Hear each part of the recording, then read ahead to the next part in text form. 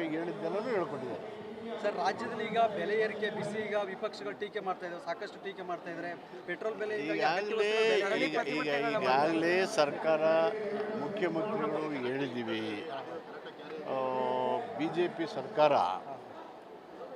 Crude oil ಬೆಲೆ ಕಡಿಮೆ ಇದ್ದಾಗ ಹೆಚ್ಚು ಬೆಲೆಯನ್ನು ಏರಿಸೋ ಡೀಸೆಲ್ಲು, ಪೆಟ್ರೋಲು, ಅಗತ್ಯ ವಸ್ತುಗಳ ಬೆಲೆ ಏರಿಕೆ ಇದ್ರ ಪರಿಣಾಮನ UPA ಸರ್ಕಾರ ಇದ್ದರೆ ಕ್ರೂಡ್ ಆಯಿಲ್ ಬೆಲೆ ಜಾಸ್ತಿ ಇತ್ತು, ಆದರೆ ನಾವು ಇದನ್ನು ಕಡಿಮೆ ಮಾಡಿದ್ವಿ.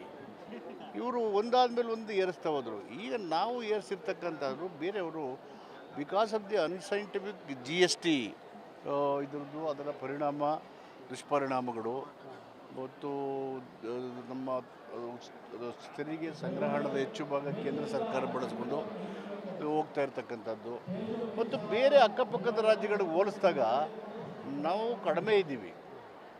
ಹೀಗಾಗಿ ಯಾವುದೇ ಕಾರಣಕ್ಕೆ ಇತರ ರಾಜ್ಯಕ್ಕಿಂತ ನಾವು ಬೇರೆ ರಾಜ್ಯಗಳಿಗೆ ನಮ್ಮ ಬೆಲೆ ಏರಿಕೆ ಆ ರಾಜ್ಯಕ್ಕಿಂತ ಯಾವ ರಾಜ್ಯಕ್ಕಿಂತ ಹೆಚ್ಚಾಗಿಲ್ಲ.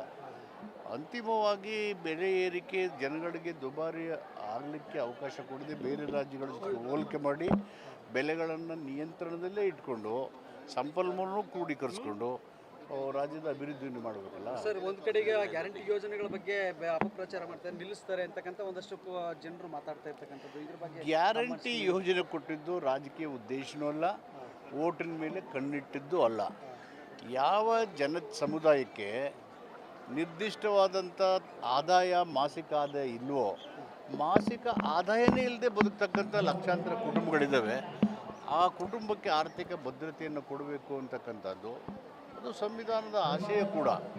ಆ ಹಿನ್ನೆಲೆಯಲ್ಲಿ ಮಾಡಿದ ಹೊರತು ರಾಜಕೀಯ ಮತ್ತು ಚುನಾವಣೆಯ ಏರುಪೇರುಗಳು ಫಲಿತಾಂಶದ ಮೇಲೆ ಇದು ವಿಷಯ ಚರ್ಚೆ ಆಗಲಿಲ್ಲ. ಅದು ಉದ್ದೇಶನೂ ಇಟ್ಕೊಂಡಿರಲಿಲ್ಲ. Guarantees will continue. ಗ್ಯಾರಂಟಿ ನಿಲ್ಲಿಸೋಕ್ಕೆ ಕಾರಣ ಏನಿದೆ? Because it is not politically motivated. Sir, ಈಗ ದರ್ಶನ್ ಪ್ರಕರಣದಲ್ಲಿ ಕೆಲವು ಪ್ರಭಾವಿ ಸಚಿವರು ಅವ್ರನ್ನ ಸೇಫ್ ಮಾಡುವಂಥದ್ದಲ್ಲಿ ತೊಡಗಿದ್ದಾರೆ ಅನ್ನುವಂಥ ಆರೋಪ ಕೇಳಿ ಬಂದಿತ್ತು ಸರ್. CM ಅವರು ಖಡಕ್ ಸೂಚನೆಯನ್ನು ಕೊಟ್ಟಿದ್ದಾರೆ ಅನ್ನುವಂಥ ಮಾತು ಕೂಡ ಬಂದಿತ್ತು. ನೋಡಿ, ನೀವು ತಿಳ್ಕೊಂಡಾಗೆ ಇದ್ಯಾವುದೂ ಕ್ಯಾಬಿನೆಟಲ್ಲಿ ಚರ್ಚೆ ಆಗಿಲ್ಲ. ಕ್ಯಾಬಿನೆಟಲ್ಲಿ ಈ ವಿಷಯ ಏನೂ ಚರ್ಚೆ ಆಗಲಿಲ್ಲ. Law will take its own course ಅಷ್ಟೇ.